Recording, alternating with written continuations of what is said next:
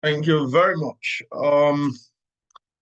I'm quite grateful for this opportunity to talk about my favorite topics, one of my very favorite topics, which is creating art music from the perspective of an African who is struggling to be African in his works.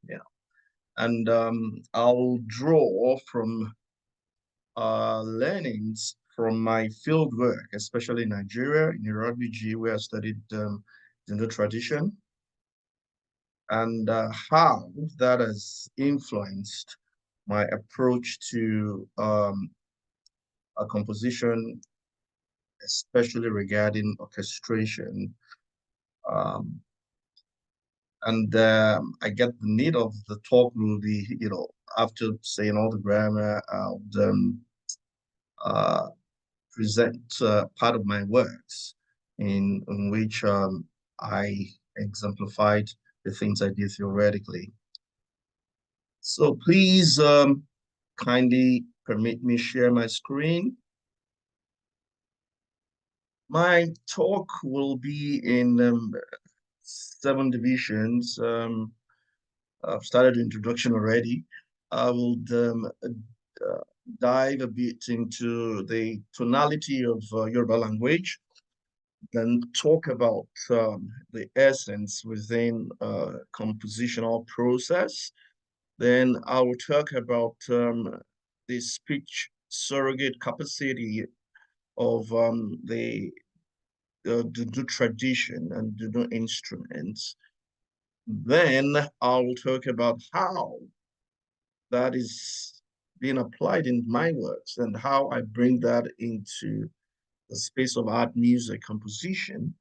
Then go into specific great creative examples to identify the theories I'm going to talk about.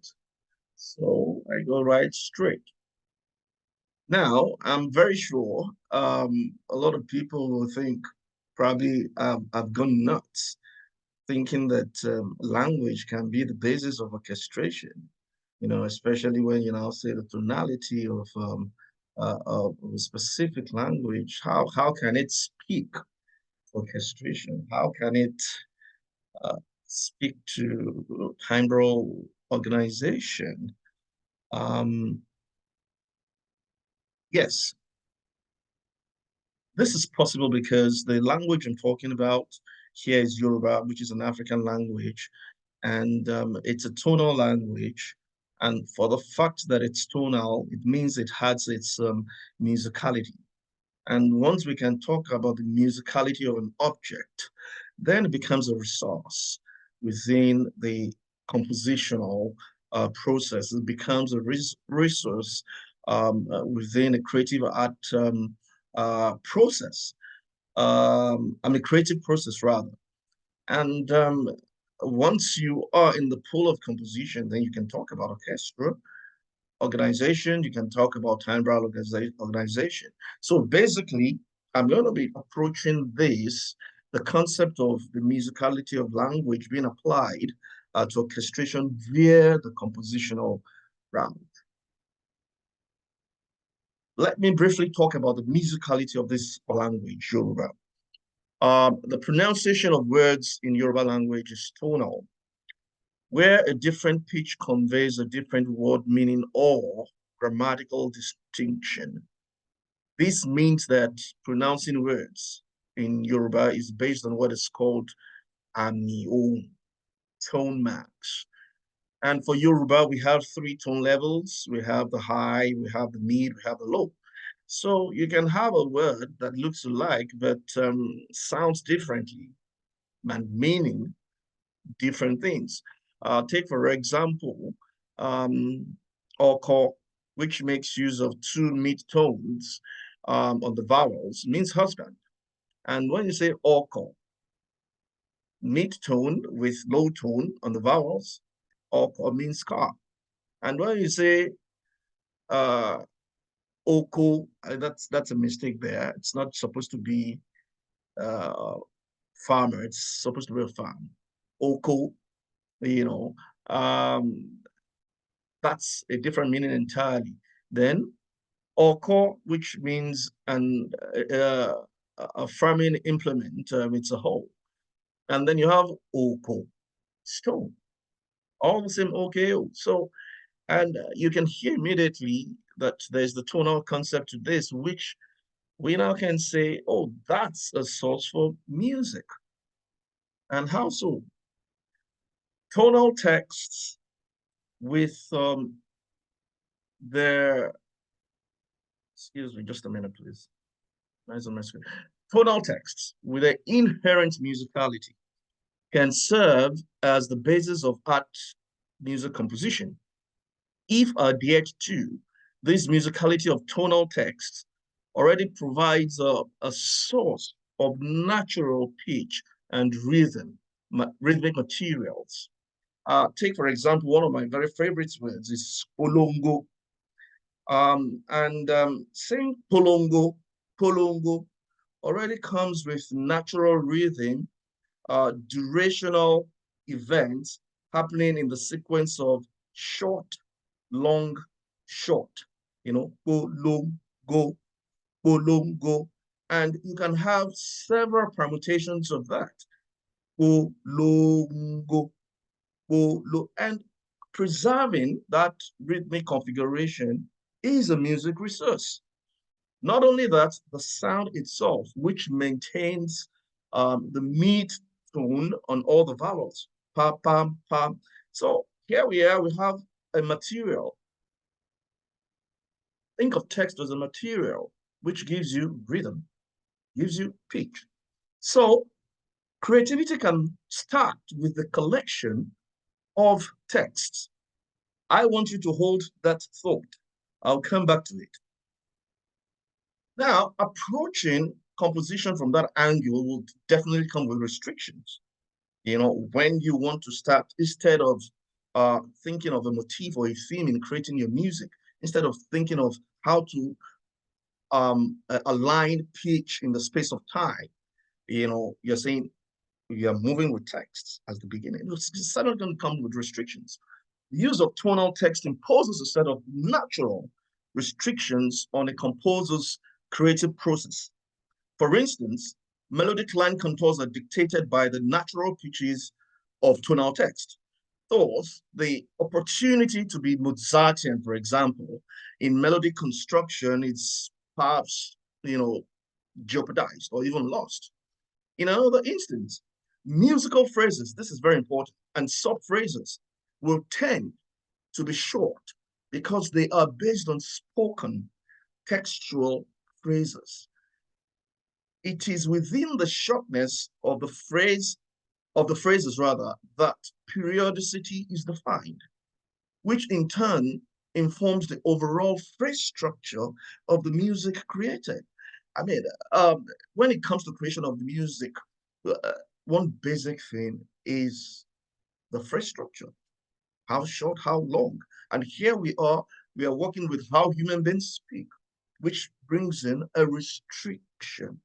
Now, this kind of restrictions during a creative process, are these restrictions strange, new to us?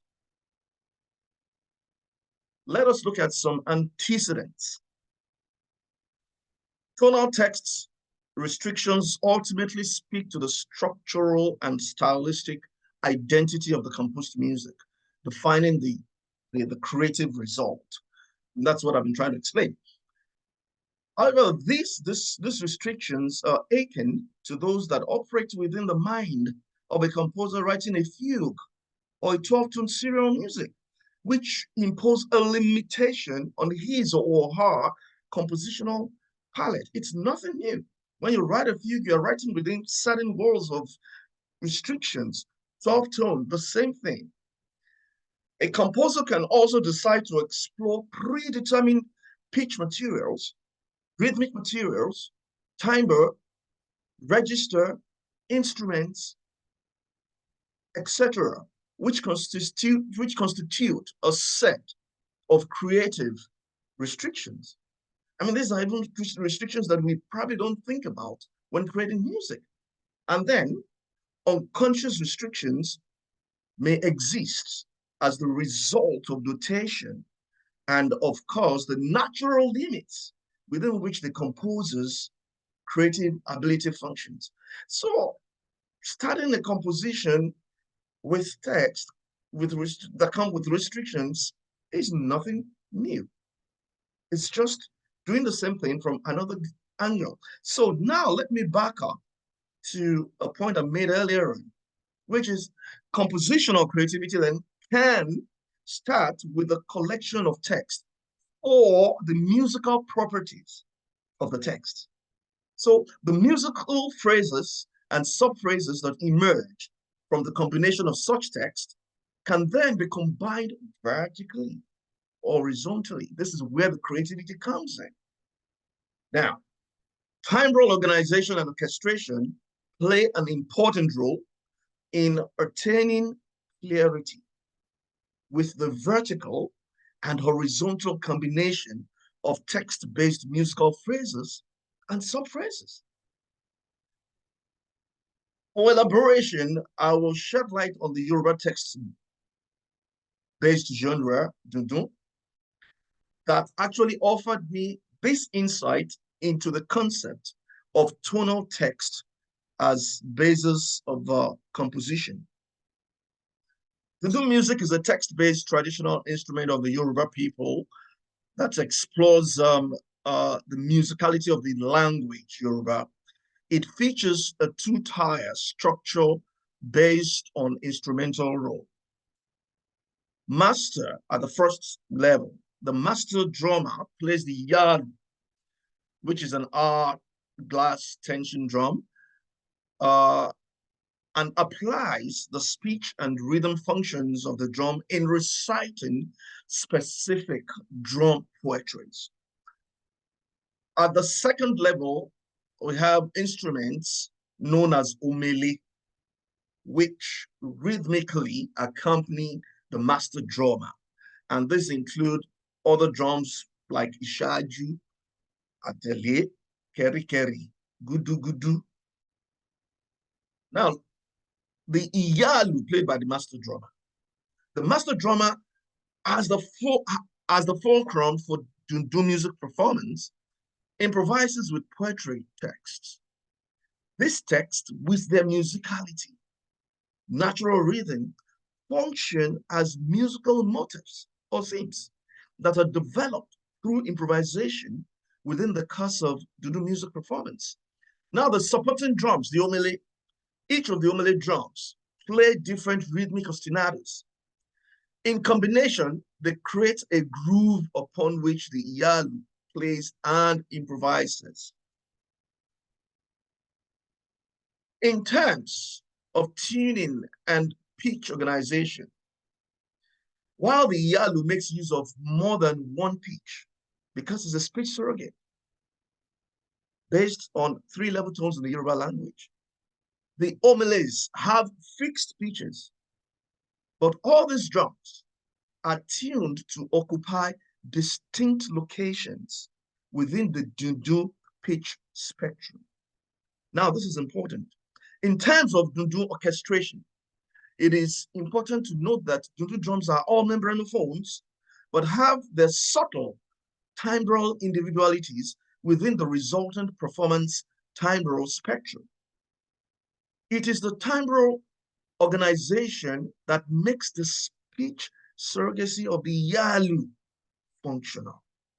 Noting that the iyalu explores the tonality of the Yoruba language. Now, let me talk about, let's exemplify what all I've said in the piece called Ilueshu within the dundun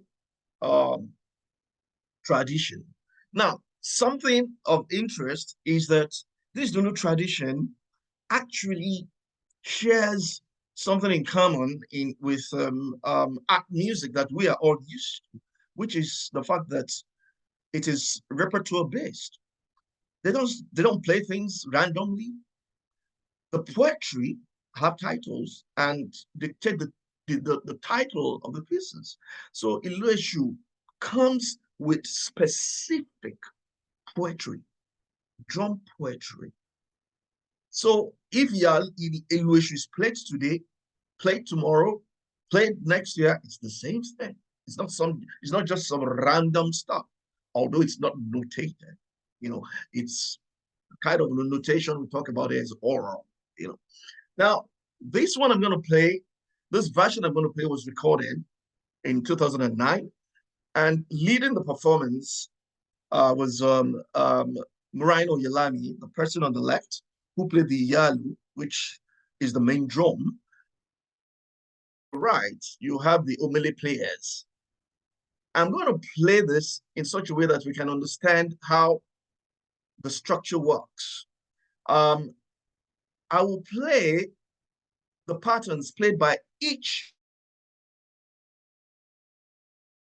one after the other. Then I will play the resultant music that comes from the four. Then we now go into the music proper. So the Ishaju plays this.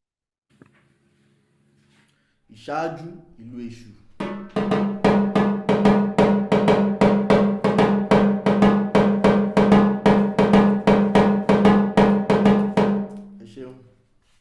Now the Atele plays this.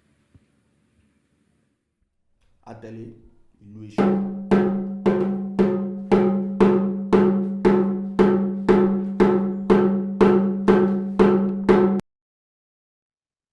Kerry Kerry plays this. Kẹ́ríkẹ́rí ìlú èṣù.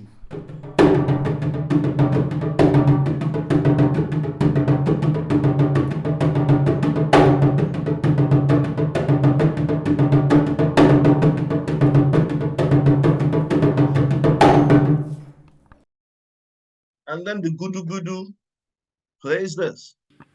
Gúdúgúdú ìlú èṣù.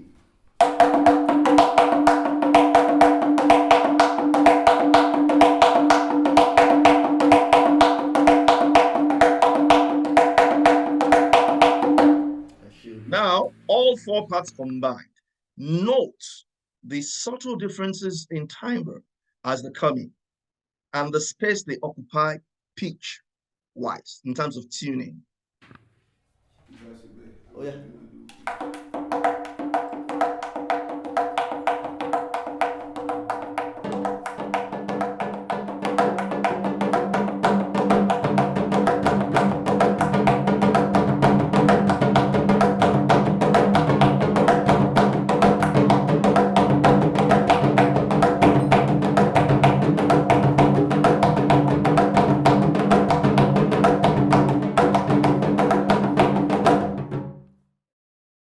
Now, the master drummer starts the piece, Ilueshu, and you'll be able to hear the Iyalu, it's in its own space, playing through some sort of text.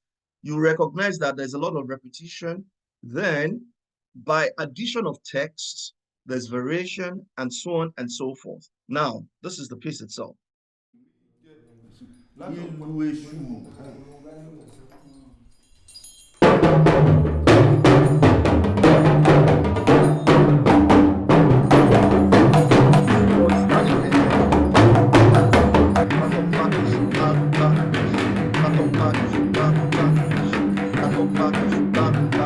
So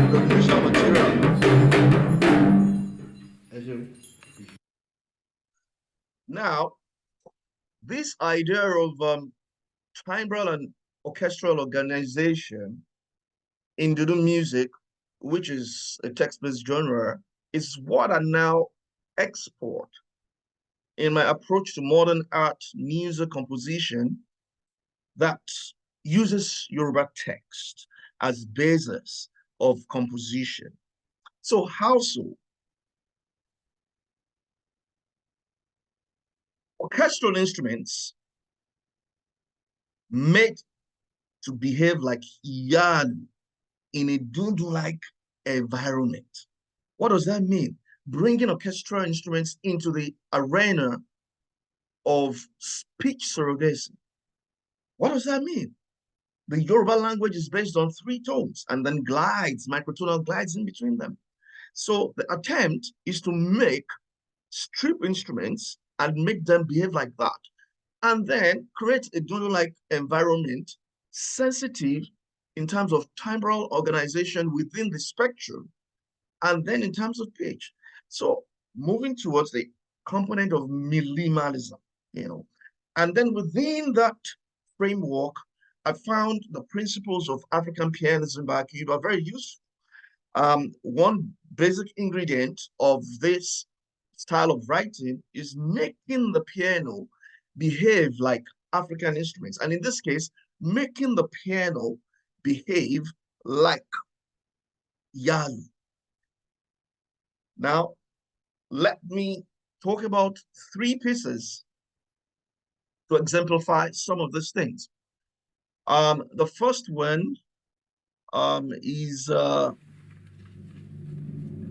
Kí ló ń ṣẹlẹ̀ nínú ayé mi. Now, scrutinizing the score right on the screen right now. If you look at the Iyalu line, you have 3 lines there corresponding to the 3 level tones of speech. And then we have the agogo to cowbells, tuned as 3 bells with high, mid, low tones, Then the marimba is there as a pitch instrument. Then you have the line for speech, the line for soprano, drawing a difference between speech voice and the singing voice, If you go to the next page, things become clearer with the role of the tempo blocks. You can see clearly here, if you follow my cursor, that the tempo block is, they're reduced to 3 tones. Again, bringing that into the space of speech surrogacy. And look at this graphically.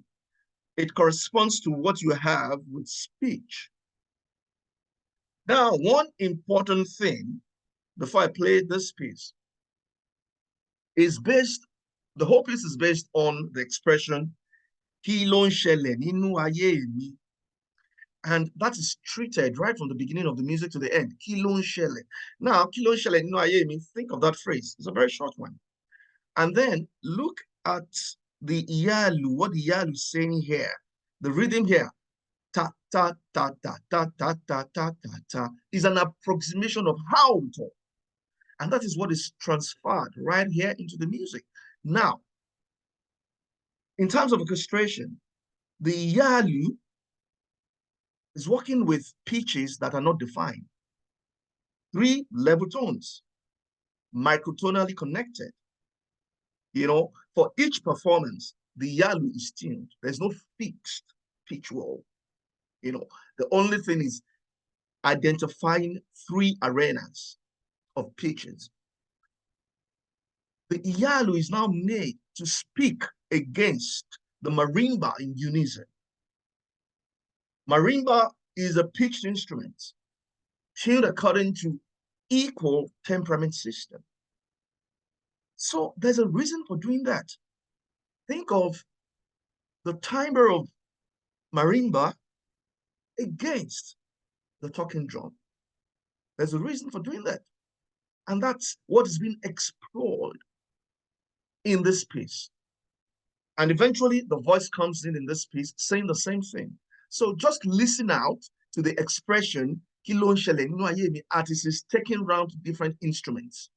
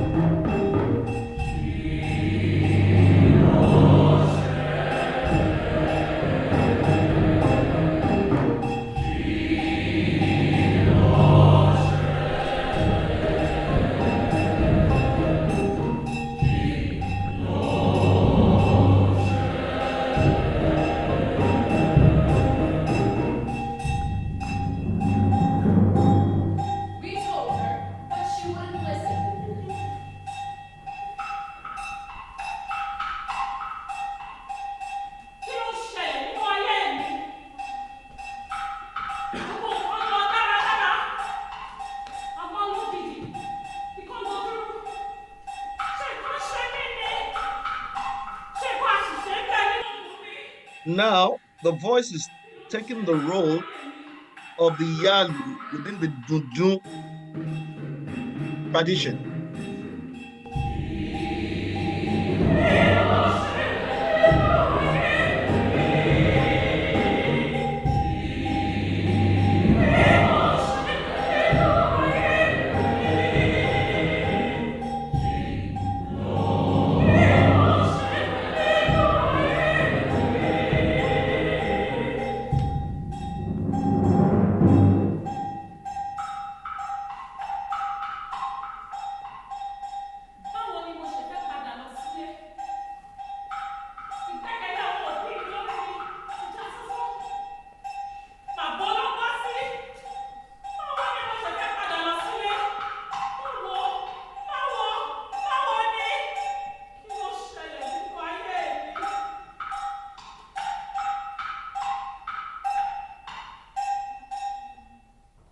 Okay, I go to the next example, which is Roba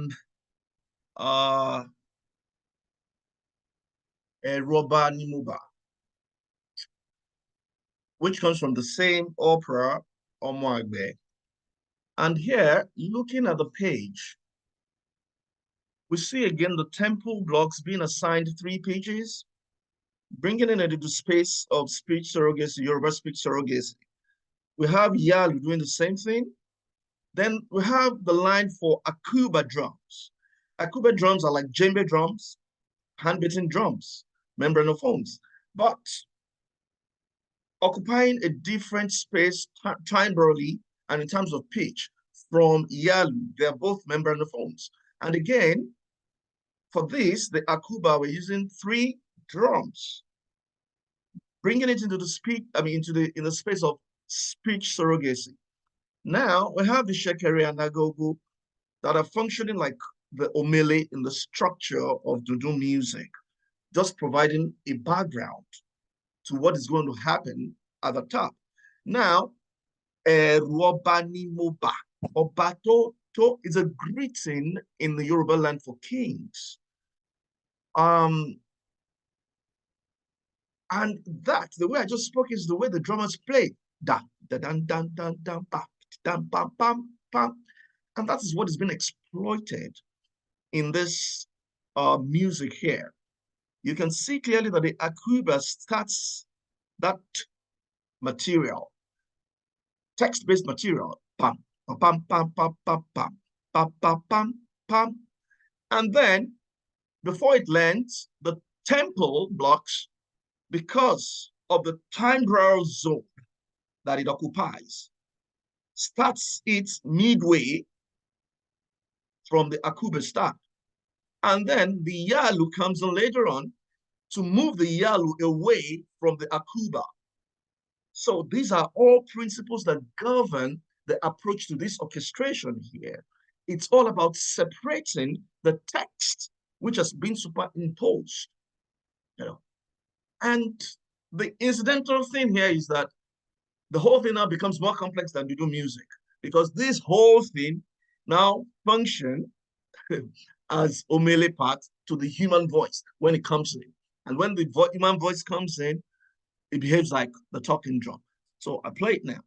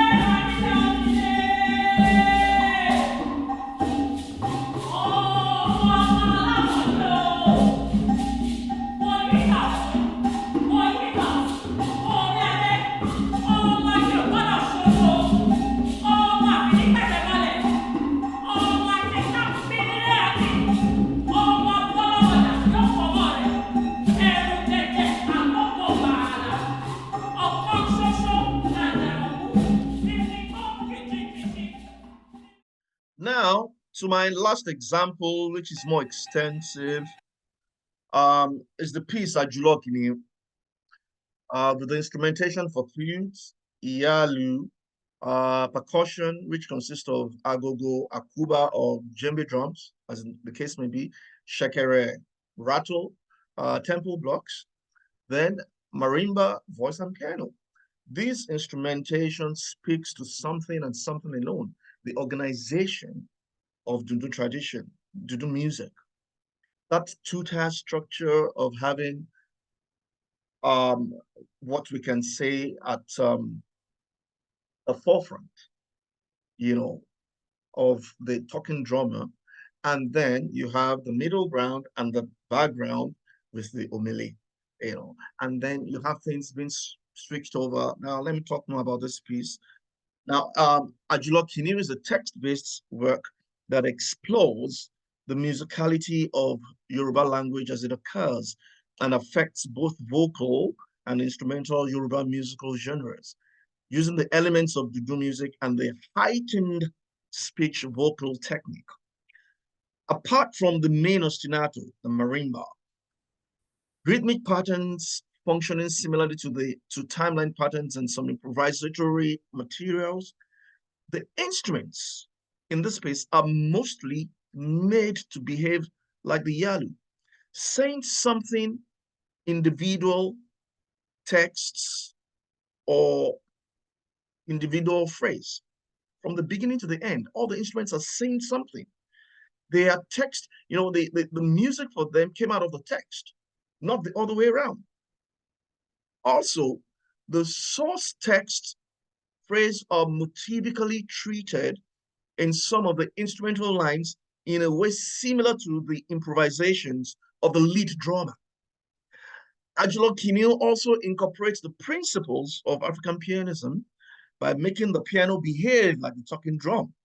The piano is essentially stripped of its harmonic function, and with a minimalistic approach to the use of pitches, an attempt is made to approximate the system of three-tone levels of the spoken Yoruba language that forms the basis of the Yalu speech capability.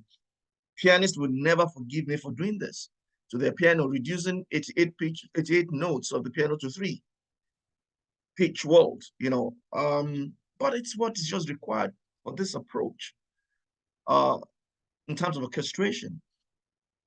The textual materials are based on 5 Yoruba proverbial expressions. The first, awalagba, adiye funfun lagba adiye, is actually a pedagogical piece from the Yalu repertoire, which makes use of the low and mid-tone speech levels alone.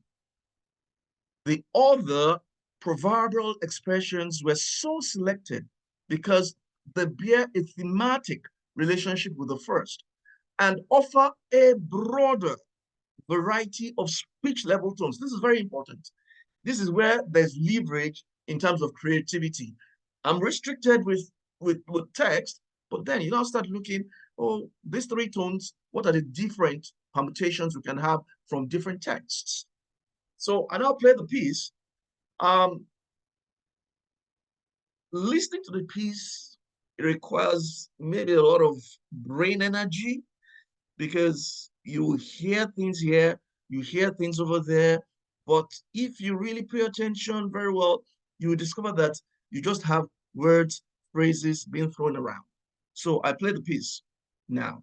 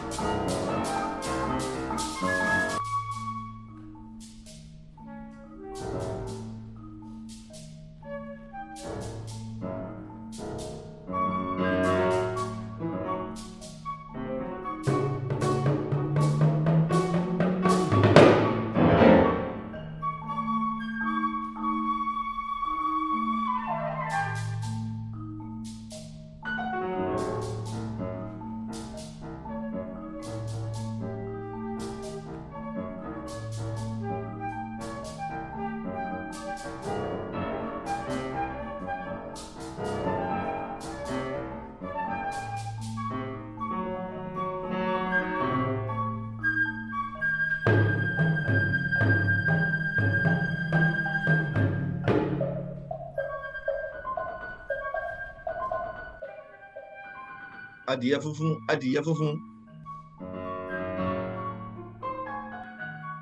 Kìnìún lọ́ba.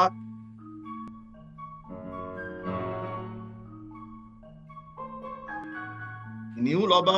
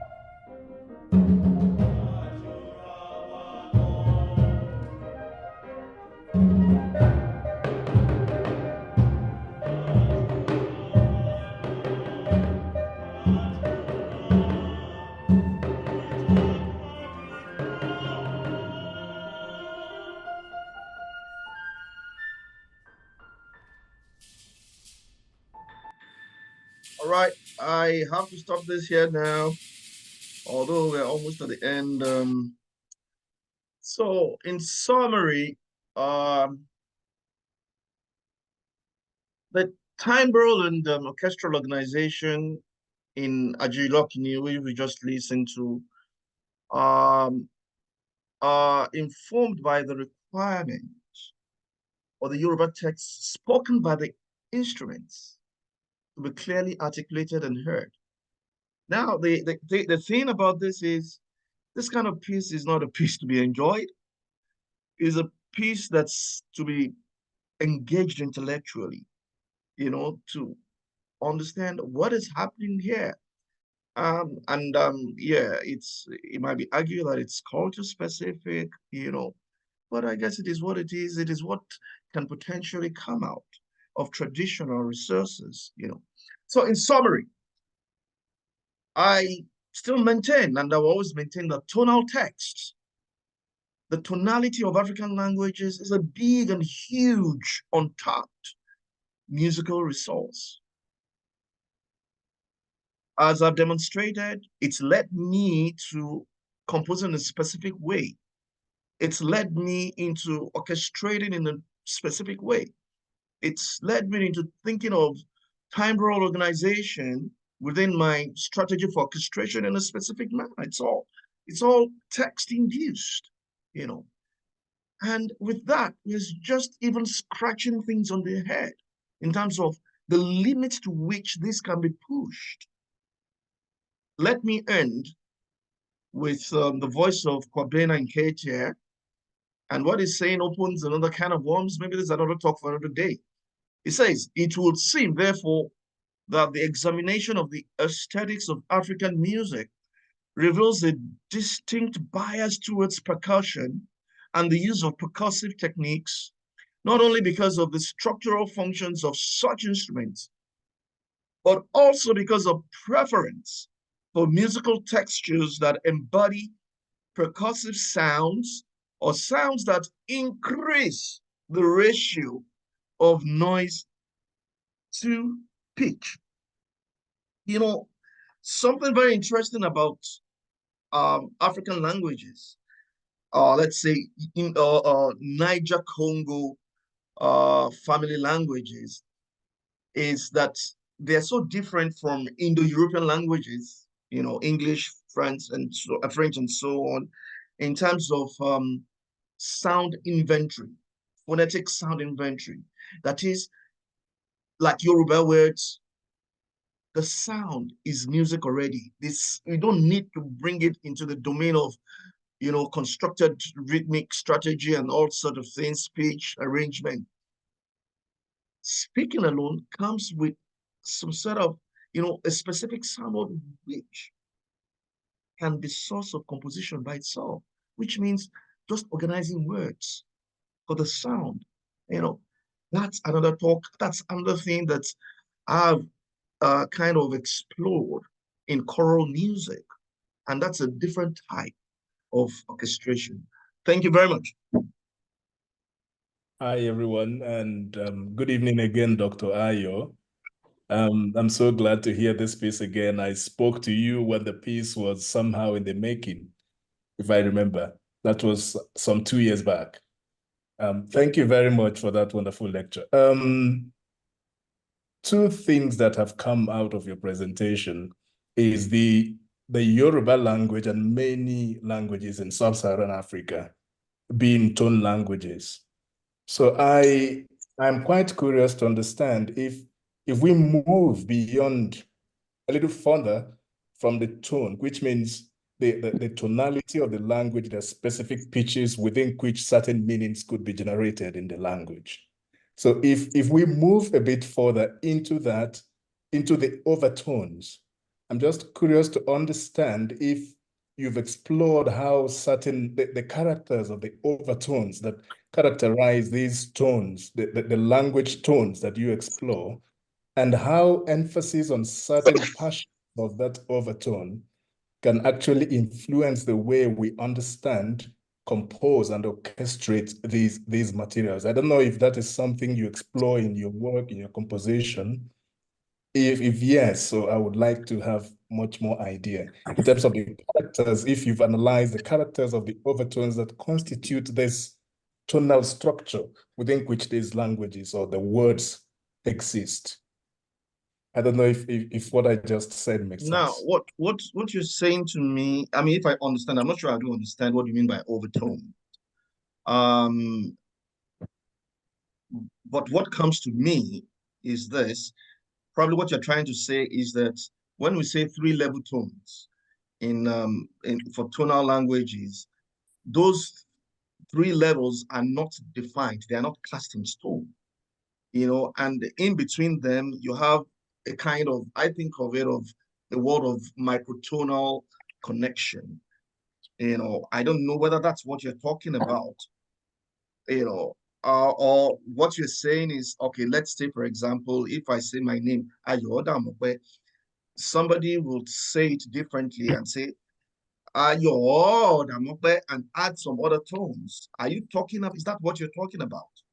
No, not really. For example, if I am a Yoruba speaker and I am to pronounce your name correctly in the Yoruba, and you also pronounce your name correctly in the Yoruba, if you actually take the two of our voices to the lab and you analyze them, my voice structure actually emphasizes certain overtones of that same speech, Oh, and which might be different from yours. now, so I'm asking if you explore those kind of now nuances. this is one of the things I find exciting with in the Dundu tradition, which I study, the use of the talking drum. Whenever there's going to be a performance, no two performances are the same. When they tune the drums, no two tunings are the same. Do you get what I'm saying? So take, for example, the Ileshu that I played. Now, if you go and analyze what the talking drummer played today, and analyze what he plays tomorrow, it's going to be like what you just talked about now. That if we say the same thing and we take it to the lab, we're going to discover some discrepancies. Do you get what I'm saying? That's something I figured out, and I think is a source of creativity. It brings in that aleatory component to performance. You see, because a lot of us we have the tendency towards notated music that is precise. We kind of frown from that kind of thing. That there's no precision, but that lack of precision to me is excellence. Thank you. It's just, I just wanted to know if that's something you explore and how it comes across in your composition. Thank you very much. Well, we'll go to Andres now. Yes, thank you, Dr. Olúrántí. I really enjoyed your talk, and I really, as a composer, I'm curious as to, in this practice of being so close to this object that you're using as a creative mode, the object being the dundu music and the speaking drum, with the coming from an oral tradition. And I, as a composer, I'm curious as to what, once you notate it and once you represent it in this way where you can, like you say, start to manipulate it intellectually as an object that you can turn around, flip, you have relatives of space and pitch. Once you have notated the material that you're using, does then the notation then prompt you to do maybe notation-based musical operations? No, and the object that you work with is already musical in its sense. But I'm curious as to what the role of then this representation and notation provide you with possibilities that might not be already present in the music that you are taking as an inspiration. Okay, probably this will answer your question. I have the piece Àjùlọ Kìíní that I play. I have two versions of it. I have another version which I called Àjùlọ, in which the type of notation I have, I just put in the text. I just put in the text. And the player is meant to interact with the text. And then put in a lot of signaling technique that once you hear this happens, start playing this text. Play it 2 times, then something else happens. Do you get it? In that kind of performance, it's only the conductor that has a score. The players don't have a score. Do you get it? Now, the version I played today, it's more of me as a composer being in the compositional process and controlling things. Now, the actual to do music practice is to a large extent very aleatory. Although you see the poetry is the same.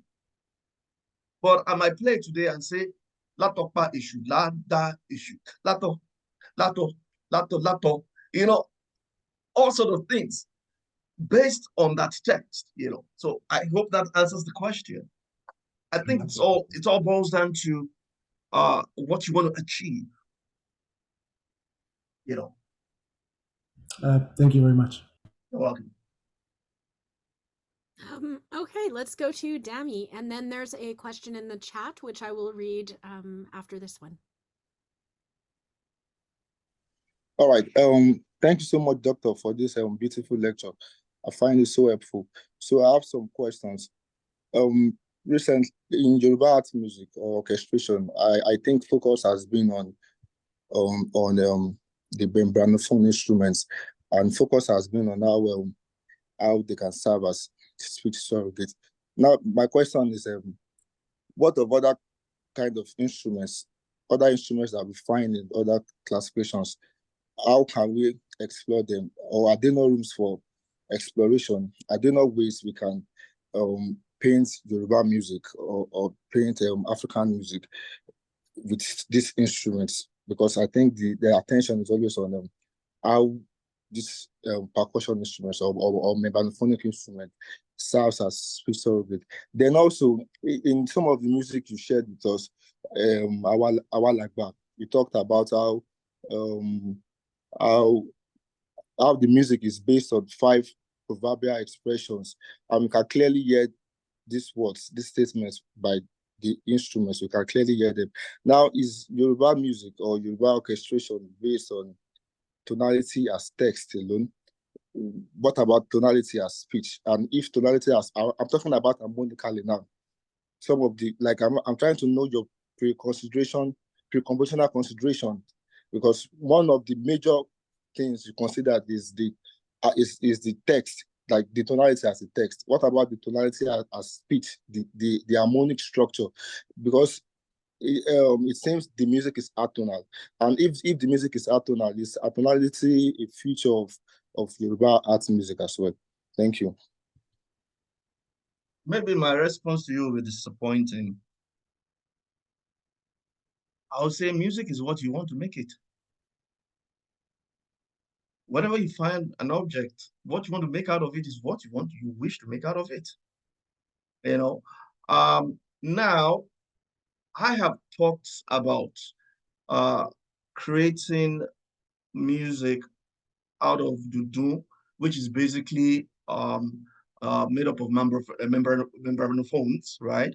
Because I went to the field to study Dudu music, and that was what I found. So suppose I go to another part of Sub-Sahara Africa, and all I encounter is guje, for example, string instruments. Then my inclination will be study it for what it is. What can I get out of it? How can I make music out of it? Which is what, I mean, this principle from Bela Bartok, principle by Aki Yuba, ethnomusicologists, that go to the field. What do you find there? Creatively violate the things that you see and create music out of them. You see, the problem here is that we want to relate what we find on the field to some things we already know. We want to relate to some things that exist within us. And then you want to use the drums and make it sound Andelian or Mozartian. Do you get it? No. Just go with an open mind. Music is what you want to make it. Just try to understand things theoretically and make it work. Period. I hope I've answered your question. So Yes, sir. probably, Thank you, sir. probably even the question of harmonic concentration doesn't even come up. Because, for example, in Ajulo or Kinil that I played, I had no consideration whatsoever for any type of harmonic alignment. No, there was no harmony involved. Thank you.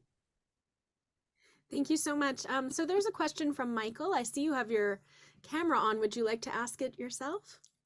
Or you want me to read it? Okay. It says, I noticed that many of the proverbs relate to natural phenomena, and wanted to ask if the textures and timbral combinations of Yoruba music reflect the understanding or conception of the natural world in the culture. To be honest, I don't know. I don't know.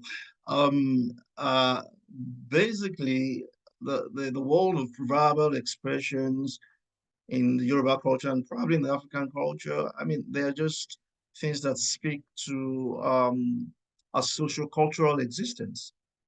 And if our social-cultural existence can be likened to nature, maybe, perhaps, you know. So I'm not sure I have the right answer to that question, though.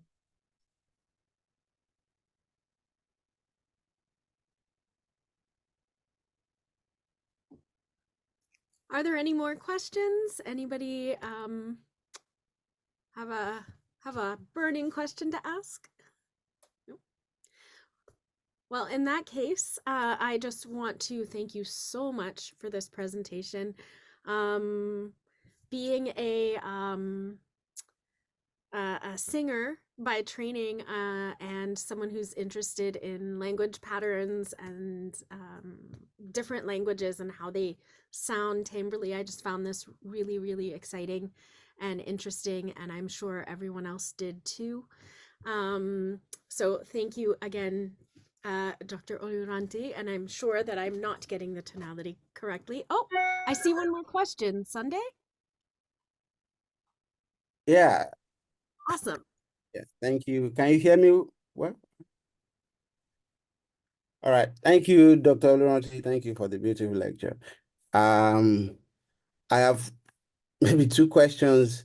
The first one is, some scholars have argued that the 3 lines of the speech tone notation that some scholars have argued for more than 3 lines, and they based it on majorly on temperament.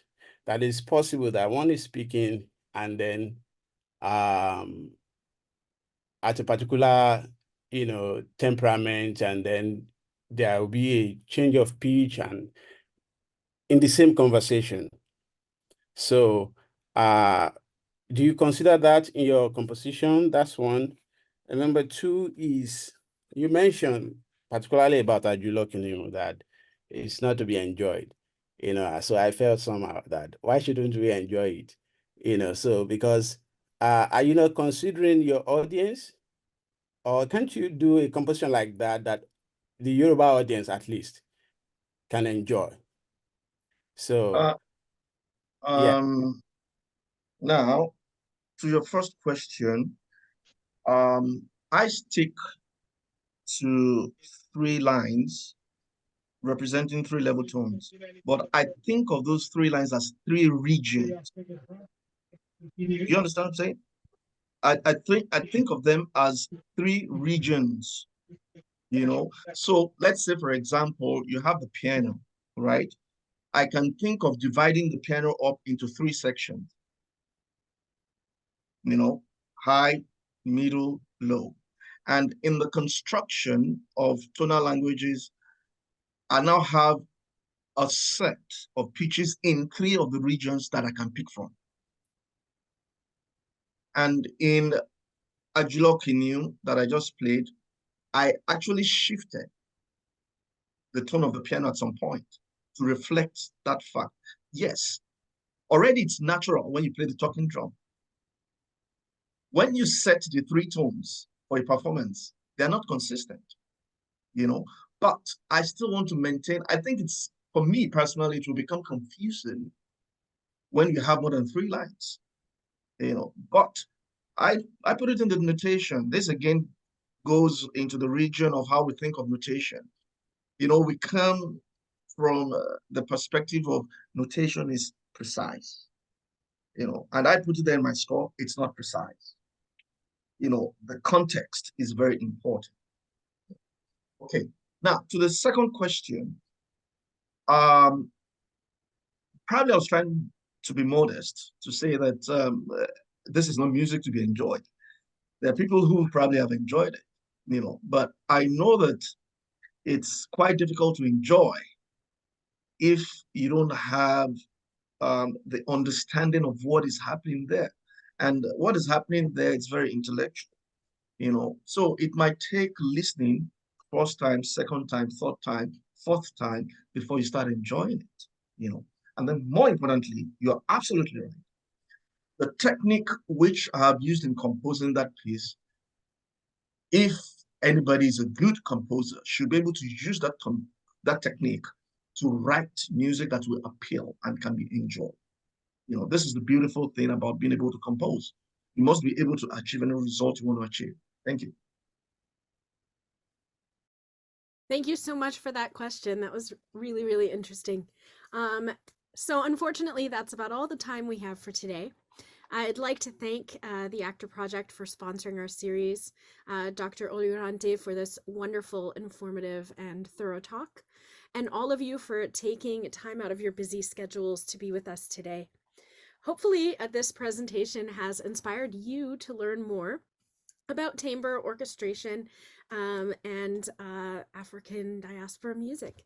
If these sorts of things interest you, please feel free to join us for future talks and follow the Sub-Saharan Africa and Diaspora subgroup. The TOR modules and other outputs from the series will be available to both public and to the members of Actor as soon as they are ready. And videos from last year's presentations, as well as several from this year, are already up on YouTube and on the webpage for the series. We will put the links in the chat. Oh, I think they're already there. Thank you, Jason.